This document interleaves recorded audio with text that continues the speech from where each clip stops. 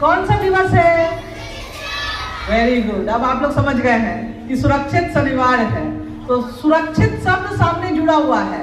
सुरक्षित में क्या करना है? अपने आप को सुरक्षित रखना है, अपने आप को सुरक्षित रखना है। और आज का विषय है शीतलहर, जो हम लोग पिछली बार भी किए थे।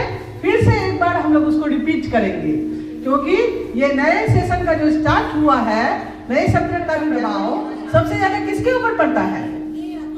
बच्चों के ऊपर और बुजुर्गों के ऊपर। ठंड तो सबको लगती है, लेकिन प्रभाव बुजुर्गों के ऊपर पड़ता है। ठीक है। उसके बाद हम लोगों को क्या क्या करना चाहिए? इसमें किसको किसको बचाव के लिए बोलना चाहिए? इसमें जिनको हार्ट पेशेंट है, जो हार्ट पेशेंट है, दमा के मरीज है, इन लोगों को डायबिटीज है, इन लोगों को अपना ध्यान शीतलहर के समय विशेष रूप से रखना।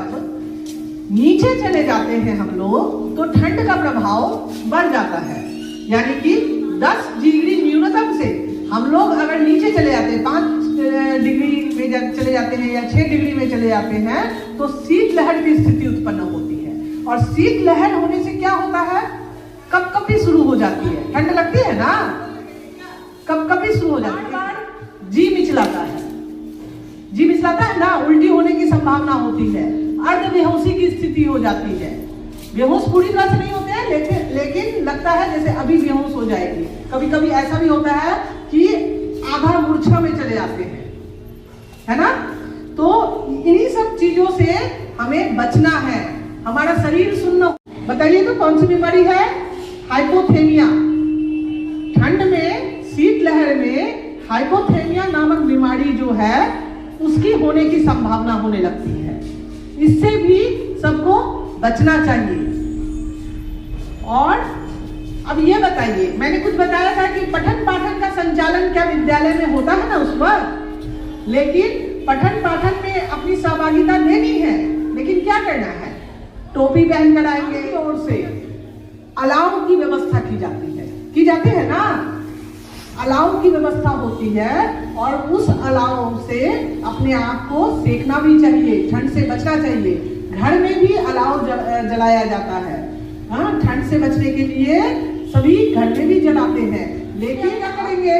उस अलाव को या हीटर हो या फिर आग जलाए हो तो उसको रात में बुझा कर ही सोना चाहिए, क्योंकि अगर आप नहीं बुझाएंगे तो उससे एक गैस निकलता है जिसको मोनोऑक्साइड बोलते हैं। और मोनोऑक्साइड गैस जो है ना, वो हमारे लिए बहुत ही घातक है। तो अपने आप को बिल्कुल सुरक्षित रखना है। कभी कभी मतलब अज्ञान की अवस्था में लोग जला हुआ छोड़ देते हैं। कि चलो, लोगों ने देखा भी होगा कि ठंड का समय जब आता है तो बिहार सरकार की ओर से और या फिर अपने जिला प्रशासन की ओर से, जिला पदाधिकारी महोदय की ओर से निर्देश दिया जाता है कि विद्यालयों में पठन पाठन स्थगित रहेगा। लेकिन स्थगित रहने का मतलब ये नहीं है कि घर में अपने आप को आप लोग असुरक्षित रखेंगे। घर में भी आप अपने आप को बिल्कुल सुरक्षित रखेंगे, क्योंकि ये छुट्टी की व्यवस्था इसलिए की जाती है कि आप अपने आप को ठंड से बचाकर घर में सुरक्षित रखेंगे। तो आज के इस विषय की जानकारी आप लोगों को हो गई, और शीतलहर से अपने आप को किस प्रकार बचाएंगे ये सभी ध्यान देंगे, और सभी अपने अपने घर में भी इस बात की सूचना देंगे। धन्यवाद। अब मैं अपने